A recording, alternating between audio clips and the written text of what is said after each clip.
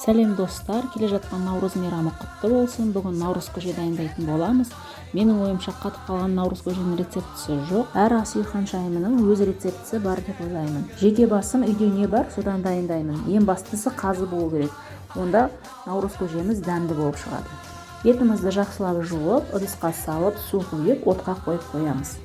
Тұзды салғанда шамалап салыңыз, өйткені сіздер соңында құрт, айран қосқанда сорпаңыз ащы болып кетуі мүмкін. Қайнағаннан кейін көбігін алып, 2-2,5 сағатта етті пісіреміз.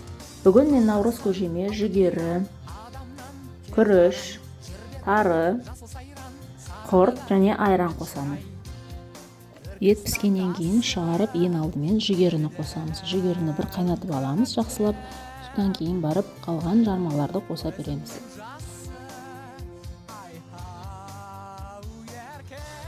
Жармаларымыз піскенше суыған етімізді майдалап турап сорпаға саламыз.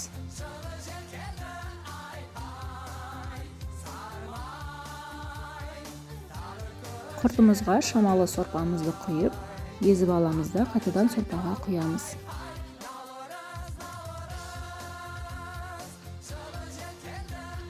Көжеміз дайын болған кезде соңында айранды құямыз.